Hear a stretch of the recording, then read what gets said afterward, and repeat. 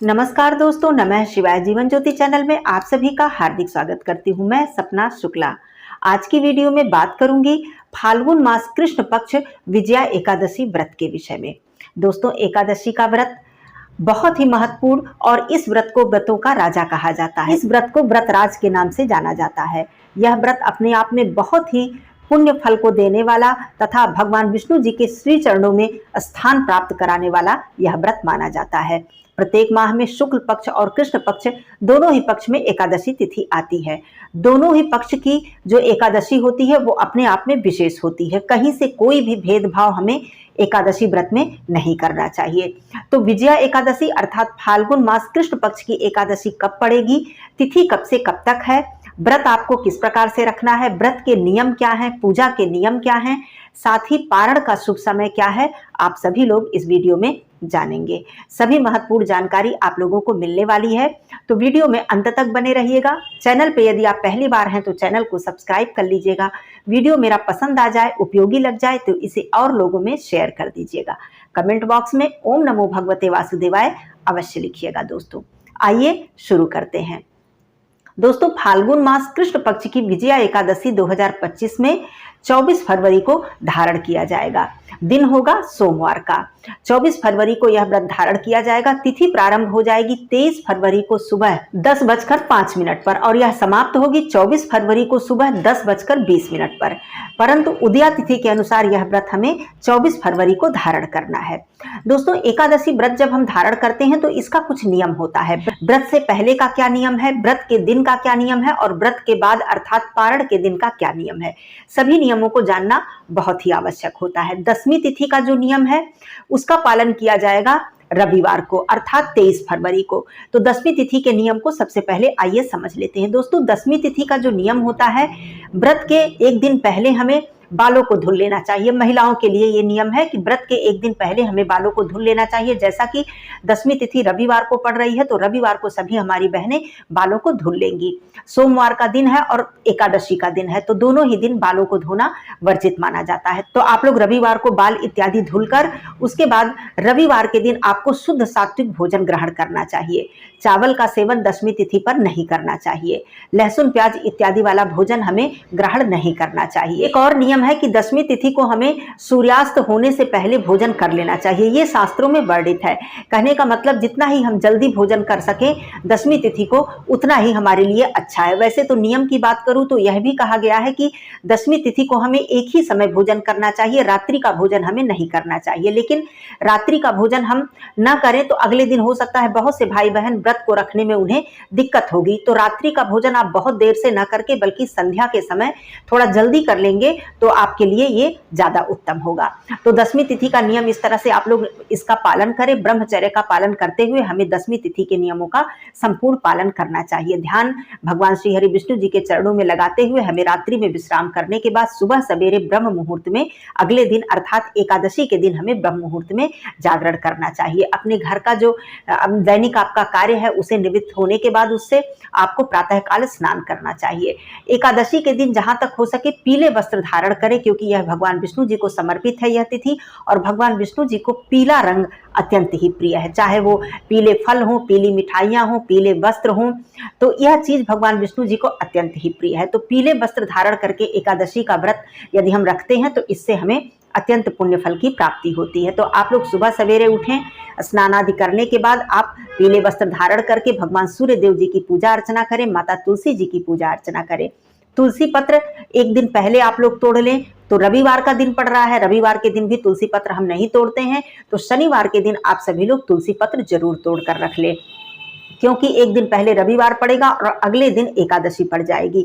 और द्वादशी तिथि पर भी हमें तुलसी पत्र नहीं तोड़ना चाहिए। इस बात का भी आप लोग ध्यान रखिएगा।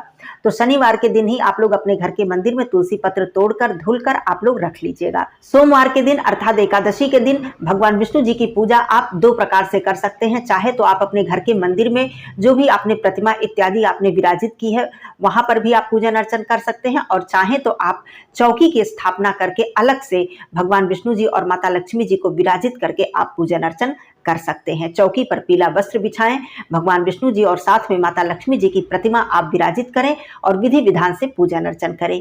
पीले पुष्प, पीले चंदन, पीला फल, पीली सात्विक शुद्ध मिठाई जिसमें कि अनाज का प्रयोग न हो, साथ में तुलसी पत्र जो कि अत्यंत ही प्रिय है।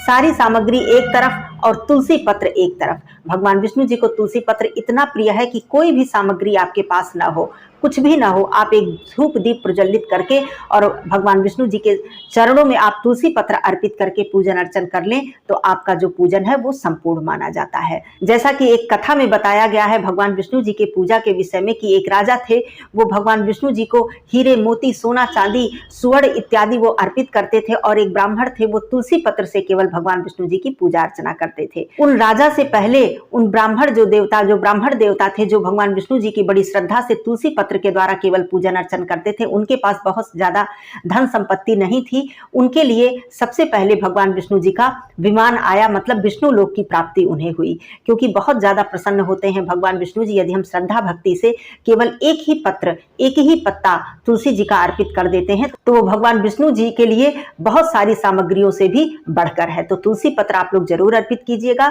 और इस तरह से जो भी आपके पास हो सके भोग प्रसाद नैवेद्य आदि अर्पित करने के बाद एक दीपक आप प्रज्वलित करके भगवान विष्णु जी की अर्चना, वंदना, स्तुति, स्तोत्र, चालीसा, मंत्र जो भी आपसे हो सके।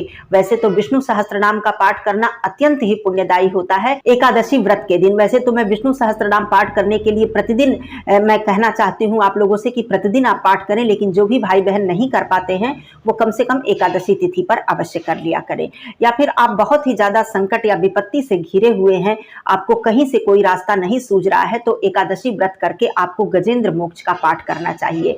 यदि आपको बहुत ही ज्यादा संकट है, बहुत ही ज्यादा विपत्ति है या किसी भी चीज का भय है आपको, तो आपको चाहे वो बीमारी का भय हो, चाहे वो किसी भी चीज का भय हो, तब आपको नारायण कवच का पाठ करना चाहिए। यह भी भगवान विष्णु जी की बहुत ही सुंदर स्तुति है और नारायण कवच का पाठ करने से भगवान विष्णु जी हर तरह से आपकी रक्षा करते हैं। आपको किसी भी प्रकार का जीवन में भय नहीं रह जाता है, हर कार्य में आपको सफलता मिलती है। तो इस तरह से स्तुति, स्तोत्र बहुत सारे हैं ऐसे भगवान विष्णु जी के चरणों में हमें स्थान प्राप्त कराते हैं। तो ये सभी पाठ आप कर सकते हैं और आपको कुछ भी नहीं मतलब आ रहा है या बहुत कठिन लग रहा है तो आप ओम नमो भगवते वासुदेवाय, यह महामंत्र है, भगवान विष्णु जी को अत्यंत ही प्रिय है, या फिर ओम परमात्मने नमः, इन सब मंत्रों का भी आप जप कर सकते हैं, चाहे तो माला पर या तो फिर आप समय के हिसाब से 10 मिनट, 15 मिनट, 20 मिनट भी आप जप कर सकते हैं। तो इस प्रकार से भगवान विष्णु जी की स्तुति करें, अर्चना वंदना करें, उसके बाद भोग प्रसाद अर्पित करने के बाद विधि विधान से उनकी आरती करें। आरती करने के बाद पूरे परिवार मिलकर आप प्रसाद जो है आपने अर्पित किया है उसे ग्रहण करें। व्रत का संकल्प आपको सुबह की पूजा में ही ले लेना चाहिए। जब आप पूजा स्थल पर बैठें, आचमन इत्यादि करने के बाद, पवित्रीकरण करने के बाद आपको व्रत का संकल्प ले लेना चाहिए। एकादशी का व्रत आप निर्जला भी धारण कर सकते हैं, फलाहारी भी धारण कर सकते हैं, मीठा फलाहार करके भी धारण कर सकते हैं और सेंधा नमक का सेवन करके भी आप व्रत को धारण कर सकते हैं। केवल अनाज का सेवन आपको नहीं करना है, किसी भी रूप में आपको अनाज का सेवन नहीं करना चाहिए। एकादशी के दिन यदि आप दान करना चाहते हैं तो एकादशी के दिन आप फलाहारी वस्तुओं का दान करें, फलों का दान करें, सूखे मेवों का दान करें, केवल अनाज वाली वस्तुओं का दान आपको नहीं करना चाहिए। वैसे तो पारण के दिन हमें दान करना ही होता है, पारण के दिन हम दान करने के बाद ही हम व्रत का मतलब व्रत को खोलते हैं और अनाज इत्यादि ग्रहण करते हैं। तो इस तरह से एकादशी व्रत धारण करना चाहिए। संध्या पूजन आपको जरूर करना चाहिए। जो भी हमारे भाई बहन मान लीजिए बहुत ही व्यस्तता है, सुबह बहुत ज्यादा समय नहीं है, तो सुबह आप साधारण पूजा अर्चना कर लें, धूप दीप प्रज्वलित कर लें, आरती कर लें, भोग प्रसाद अर्पित कर दें और संध्या के समय फिर से आप स्नानादि करके स्वच्छ वस्त्र धारण करके फिर से सभी पात्र को साफ सफाई मतलब मंदिर की साफ सफाई करके पात्र इत्यादि को धुलकर चंदन पुष्प जो सुबह के हैं उसे हटाकर फिर से आपको संध्या के समय भी अच्छी तरह से पूजन अर्चन करना चाहिए, भोग प्रसाद अर्पित करना चाहिए और भगवान विष्णु जी की आरती करनी चाहिए। यदि आप सुबह के समय स्तोत्र, मंत्र, चालीसा इत्यादि का पाठ नहीं कर पाते हैं तो आप संध्या के समय भी बैठकर इत्मीनान से भगवान विष्णु जी के मंत्रों का जप कर सकते हैं या फिर आप स्तोत्र इत्यादि का पाठ कर सकते हैं। संध्या के समय आरती इत्यादि करने के बाद एकादशी व्रत में रात्रि जागरण का विशेष महत्व बताया गया है शास्त्रों में। जो भी व्यक्ति एकादशी व्रत करके और रात्रि जागरण कर लेता है और रात्रि के समय भगवान विष्णु जी के भजन कीर्तन में अपना समय व्यतीत करता है, उसको भगवान श्री हरि विष्णु जी अपने चरणों में स्थान देते हैं। तो आप यदि कर सके तो जरूर ही करें। रात्रि जागरण करने से हमें व्रत का अनंत गुना पुण्य फल बढ़कर प्राप्त होता है। तो आप बहुत देर तक नहीं, मान लीजिए पूरी रात नहीं तो कम से कम मध्य रात्रि तक आप जागरण करके भगवान विष्णु जी की अर्चना वंदना या फिर नाम जप या मंत्र जप कर सकते हैं। तो इस तरह से पूरी रात्रि आप व्यतीत करें। सुबह अगला दिन अर्थात द्वादशी तिथि, यह जो तिथि है यह पारण की तिथि है। इस दिन पारण किया जाता है और पारण का भी कुछ नियम होता है। दोस्तों, पारण के दिन भी उसी प्रकार से हमें पूजन अर्चन करने चाहिए जैसे कि हम एकादशी पे करते हैं। और द्वादशी के दिन भी भगवान विष्णु जी को तुलसी पत्र अर्पित करने का विशेष विधान है। लेकिन द्वादशी के दिन हम माता तुलसी जी को, मतलब तुलसी जी का जो पत्र है, तुलसी पत्ता जो है, उसे तोड़ते नहीं है, लेकिन माता तुलसी जी की पूजा हम विधि विधान से करते हैं। एकादशी के दिन माता तुलसी जी को जल या फिर हम कोई फल भोग प्रसाद इत्यादि नहीं अर्पित करते हैं, लेकिन द्वादशी के दिन हम माता तुलसी जी को जल और भोग प्रसाद सब कुछ अर्पित कर सकते हैं। केवल हमें तुलसी पत्र नहीं तोड़ना होता है। तो द्वादशी के दिन भी उसी प्रकार से विधि विधान से पूजन अर्चन करें, स्तुति वंदना करें, आरती करें, भोग प्रसाद अर्पित करें। उसके बाद आप पारण करें। पारण के लिए सबसे जो उत्तम होता है वो तुलसी पत्र ग्रहण करके एकादशी व्रत का पारण करने का विधान बताया गया है। पारण का शुभ समय क्या है, आइए इसे जान लेते हैं। तो 25 फरवरी को अर्थात दिन मंगलवार को आपको पारण सुबह 6:50 से लेकर 9:08 तक करना है। इस समय के बीच में यदि आप पारण कर लेते हैं तो ये बहुत उत्तम समय है। तो पारण से पहले आपको दान करना होता है। एकादशी व्रत में जब हम पारण करते हैं तो दान का विशेष महत्व होता है। दान अपनी शक्ति सामर्थ्य के अनुसार अन्नदान, वस्त्रदान, दक्षिणा, फल, सब्जियां, संपूर्ण सीधा का दान, मतलब जो भोजन होता है संपूर्ण भोजन, चावल, दाल, आटा, सब्जी, तेल, घी, मिर्च, मसाले, इन सारी चीज़ों का सूखा अनाज हम लोग दान करते हैं। यदि आप चाहें तो ब्राह्मण भोजन करा दें तो ये बहुत ही उत्तम है। इस दिन गौ माता के लिए भोजन जरूर निकालें। कौवा, चींटी, पक्षी के लिए भी आप भोजन निकाल सकते हैं। एकादशी पारण, मान लीजिए कि ऐसी कोई परिस्थिति आ गई है, आप अपने घर पर नहीं है या फिर अन्नदान करने की, सीधा निकालने की आपके पास व्यवस्था नहीं है, आप कहीं बाहर हैं, तब भी आप एकादशी व्रत के पारण में कुछ न कुछ दान जरूर करें। जैसे कि आपके पास पैसे हैं, आपने किसी गरीब को दान के निमित्त पैसे दे दिए, कुछ आपने मतलब दक्षिणा दान के निमित्त कुछ आपने रख दिया, कुछ पैसे ही आपने निकाल दिए, किसी गरीब को दे दिए, किसी मंदिर में ले जाकर आपने दे दिया और आप उसके बाद पारण करें। मतलब कहने का, बिना कुछ दान किए, बिना कुछ ब्राह्मण या किसी के निमित्त निकाले आपको पारण नहीं करना चाहिए। या फिर आप गौ माता के लिए कुछ, उनके लिए चारा या कुछ भोजन की व्यवस्था कर दें, उसके बाद आप पारण कर लें। तो इस तरह से पारण, आप कहीं ऐसी परिस्थिति में भी फंस जाएं तो इस प्रकार से आप कुछ द्रव्य या कुछ भी किसी पशु पक्षी की सहायता करके, भोजन देके, गरीब को भोजन देकर, मंदिर में कुछ देकर आप पारण कर सकते हैं। तो इस तरह से पारण का नियम होता है। और पारण करते समय आपको मसूर की दाल, बैगन की सब्जी, गोभी, मूली इत्यादि का सेवन नहीं करना चाहिए। लहसुन प्याज का सेवन नहीं करना चाहिए। शुद्ध सात्विक भोजन ग्रहण करते हुए पारण करना चाहिए। पारण के दिन हमें, अर्थात द्वादशी के दिन हमें 3 बार अनाज ग्रहण नहीं करना चाहिए। अनाज की बात यहाँ पर हो रही है। वैसे आप बिना अनाज वाली कोई भी वस्तु यदि आप ग्रहण करना चाहते हैं तो आप चाहे जितनी बार कर सकते हैं। केवल अनाज आपको 3 बार ग्रहण नहीं करना चाहिए, या तो 2 बार या तो 3 बार से अधिक। मतलब यदि आपका 3 बार हो जा रहा है तो कुछ ना कुछ आप मुख में कोई अनाज आप 1 बार और कर लें, मतलब 4 हो जाए लेकिन 3 ना हो, ऐसा नियम है। एकादशी के दिन भी दिन में शयन करना वर्जित बताया गया है और द्वादशी के दिन भी दिन में शयन करना वर्जित बताया गया है। तो जहां तक हो सके आप दिन में ना सोएं। यदि आप रात्रि जागरण नहीं भी कर पाते हैं एकादशी के दिन तो कम से कम दिन में आप शयन ना करें, इस बात का ध्यान जरूर रखें। तो ये सारी बातें हैं दोस्तों, एकादशी व्रत धारण करने का जो नियम है, यही सारा नियम है। इस अनुसार आप यदि एकादशी का व्रत धारण करेंगे तो इससे अनंत गुना पुण्य फल की प्राप्ति होगी। दोस्तों, विजया एकादशी व्रत धारण करने से व्यक्ति को अपने जीवन में प्रत्येक क्षेत्र में विजय की प्राप्ति होती है। भगवान श्री हरि विष्णु जी की कृपा प्राप्त होती है।